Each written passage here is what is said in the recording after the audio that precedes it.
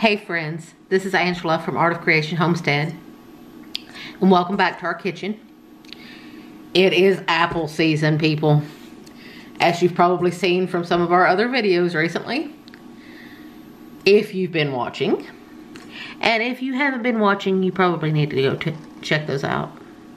Yeah, you probably should. So, what we'll be making today, using apples, is my version of a French apple cake. Now you guys know I never follow recipes exact. I always have to change them. I always have to add a little of me. So that's what I'm doing here too. This is no different. Still adding a little of me. This is my version of a French apple cake. So what we have in this bowl, now this is the bowl of my KitchenAid stand mixer. Now, if you do not have a stand mixer, don't worry about it. You can do it with a hand mixer. It's no big deal. I'm just doing it with the stand mixer to make my life a little easier.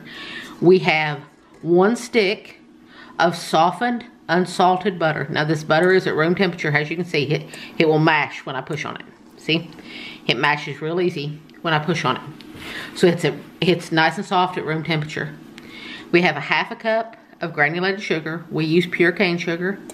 We have a 1/2 cup of packed light brown sugar. Now, we are going to mix this together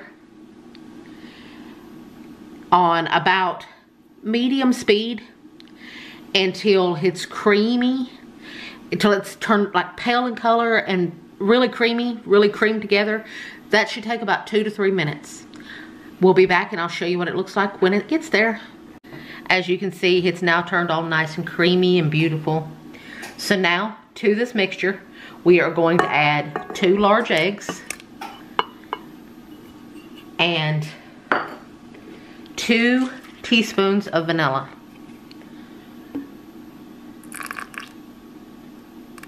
And as you can see, it's all creamy. Now, you're not going to see it get really pale in color because I do have the brown sugar in there. But brown sugar and apples are a match made in heaven. It just is. So now you're going to mix this up until it's all incorporated. Those eggs and vanilla are all mixed into the butter and sugar mixture. This should only take maybe a minute or so. Now you want to be sure to scrape down your paddle really good. Get all that butter and sugar mixture off your paddle, because you want all that incorporated. So you want to make sure you scrape down your paddle really well. You want to make sure that you scrape down your bowl really well. Get all of that butter and sugar mixture in there. And you'll probably want to do that about halfway through adding the eggs. That way you make sure that you've got everything nice and incorporated, because you want everything incorporated in here.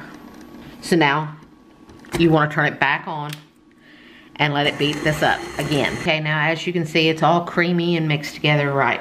So now what we are going to add is 2 large apples, peeled and chopped to pieces about like that, just rough chopped to little cubes basically. And you want to use a firmer apple for this, something like a Honeycrisp or a Granny Smith, or a firmer apple, a nice crisp firm apple. I am using Honeycrisp. Now, you want to put your mixer back down. You want to just mix those in. Just give it a good little mix. There you go. That's all it took. Just a little mix. Now, right here, we have 1 cup and 1/3 of all-purpose flour. Right here, we have 1½ teaspoons of baking powder, and we have about 1/4 of a teaspoon of salt. Now, I've got this on a paper plate. This is always a good idea to measure your dry ingredients out on a paper plate, and then you can just move your paper plate around and kind of shake them together to mix them together. Then if you're using a KitchenAid like I am, you can fold your plate and use it almost like a funnel to put in your flour mixture. Now, you only want to dump in about half of this mixture. And I nearly forgot to tell you, this is so important, but yet I forgot to tell you. First thing you want to do, you want to preheat your oven to 350 degrees. Then, in just a minute, I'll show you what kind of pan I'm using for this. But you want to preheat your oven to 350 degrees. Now, back to the story. Now you want to dump in about half of your flour mixture. And see, that paper plate works so well to do that with. That paper plate just, it works almost like a funnel to funnel it into your KitchenAid. It just works so well. Now, you're going to turn this on. You're going to incorporate this most of the way. You can still see a little bit of flour trails in it, and it'll be fine. When you're at this point, see, it just literally took a few seconds. Now you want to add a half a cup of full fat sour cream. Now you do want full fat. I'm just going to be completely honest with you. Low fat or fat free is not going to work here. You do want full fat sour cream. It's not, the other stuff just isn't going to work in this case. Make sure you get it all in there. You want all of that sour cream in there. It's going to add great moisture. It's going to be great in there. Now, you want to mix that sour cream in. And now, you are going to add the rest of your dry ingredients. Just dump all your dry ingredients in there. And just give it another little spin until it's all incorporated. This time you want everything incorporated well. It won't take long at all. Okay, now we're all done. Now that's all done. It only took about a minute to mix all that flour in. You don't want to overmix. When it comes to adding the flour, you do not want to overmix. As I scrape down this paddle, remember, always scrape down everything off your paddle. If you're using a KitchenAid. If you're using just a regular hand mixer, be sure and scrape down everything off your beaters. Now we're gonna take our spatula. You don't want to mix flour in too hard. Otherwise you start to develop the gluten and you end up with a tough cake. And you want this cake to be soft and moist. And honestly, in the center, it's almost a little custardy. It's almost gonna be a little custardy. So you don't want a tough cake. So don't overmix that flour. Once you add all that flour in, don't overmix it. See, now that's what you want it to look like. See, you want it to be that consistency. It's a beautiful, beautiful cake batter. Now let me show you what kind of pan I'm using. Now what we have here, we have a 9-inch springform pan. For those of you who do not know what a springform pan is, it's the pan like you make cheesecake in. See, it has this little lock on the side. And when you open up that lock, it drops out the bottom. So that you can release the cake easily.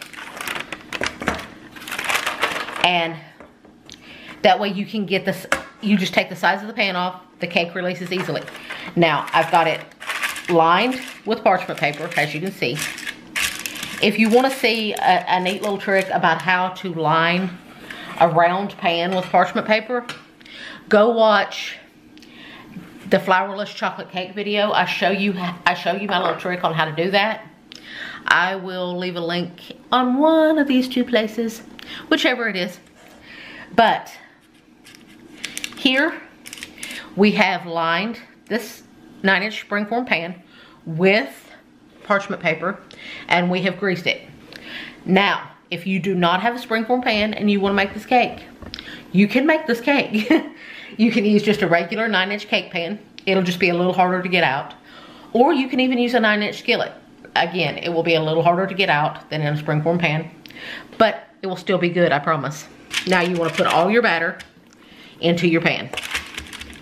Now all of the batter's in there. Now you want to smooth it out till it's nice and smooth on top. Now it's not going to be perfectly smooth because those apple chunks are not going to let it be perfectly smooth. But you want to smooth it out pretty good. This may be French and you're thinking, oh, oui, oui, it's fancy. No, this is a country apple cake. This is a French country apple cake. So it's country. It's rustic. It's just gonna be gorgeous. I promise you, it's just gonna be gorgeous. And delicious. So now, for a nice sugary, crackly top, you don't wanna miss this part. It's gonna be awesome. You wanna take 1/4 cup of granulated sugar, and you just wanna sprinkle it all over the top of your cake. And it's going to make a sugary, crackly top that is just gonna be to die for. But you wanna make sure you sprinkle it pretty evenly. You don't want any big clumps of sugar or anything like that. And if you do, you can just take your immaculately clean hands and kind of push it around, even it out just a little bit. Now we are going to pop this into a 350-degree oven and bake it until it's golden brown, till a toothpick inserted in the center comes out with kind of moist crumbs but not wet batter. And I'll show you what it looks like when it's done. This is going to be amazing. This beautifulness is out of the oven. Look at that beautiful golden brown, crackly, sugary top. Oh, this whole house smells amazing. You will want to make this. Trust me, you will want to make this. This baked for between 30 and 35 minutes. I know this is oddly specific, but mine actually baked for about 32 minutes. But yours may be between 30 and 35. Now you want to take just a regular butter knife and you want to go around the edges just to release it from the sides of the pan. It shouldn't stick because you did spray that and you do have it lined with parchment paper, so it shouldn't stick. Now you want to let it cool completely in the pan, and then I'll be back to show you how we unmold it and just how beautiful it is. This beautifulness, it's just very slightly warm now. It's ready to unmold though. When it's just very slightly warm, you can unmold it really well. But look at how, when the middle sank down some, look at how that sugary, crackly top just went, you see the true crackle now. And it smells divine. Now, this is what you do with a springform pan in case you don't know. This little latch, you just pop it open and see, you can just lift that off. And you've got a plate underneath that is holding your cake. They're actually pretty amazing. Now I'm gonna pull this parchment down so you can see what it looks like. So you can see what this gorgeousness looks like. See, isn't that absolutely gorgeous? That looks absolutely scrumptious, and I can't wait to dig into it. But I have to. Unfortunately, we have to eat dinner first. You can't eat dessert first all the time. In fact, you really shouldn't eat it first. But we will be back, and you will get to see Jason taste this. I know he's gonna love it. And by the way, I'll leave a link in the description below for some springform pans like these, if you want these. They're not expensive at all. Okay, now I get to taste this, all right? I didn't know what Angela was making today. I was at work, obviously. So we'll see what it is here. I'm in big. That's too small a bite. Get a bigger bite. There, see? That's a better bite. Wow.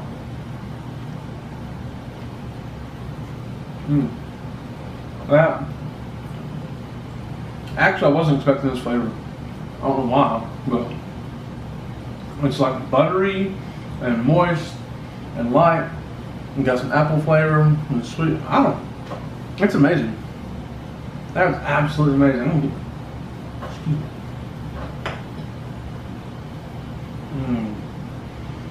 That was amazing. See that crust on the back too. Y'all, that's delicious. You gotta figure out how to make this. Get yourself some apples. Get the ingredients to make this. It's amazing. So thank you guys for watching so much. We do appreciate it. My name is Jason. The brilliant one behind the camera there is Miss Angela. Okay, we love you guys. God bless you and goodbye.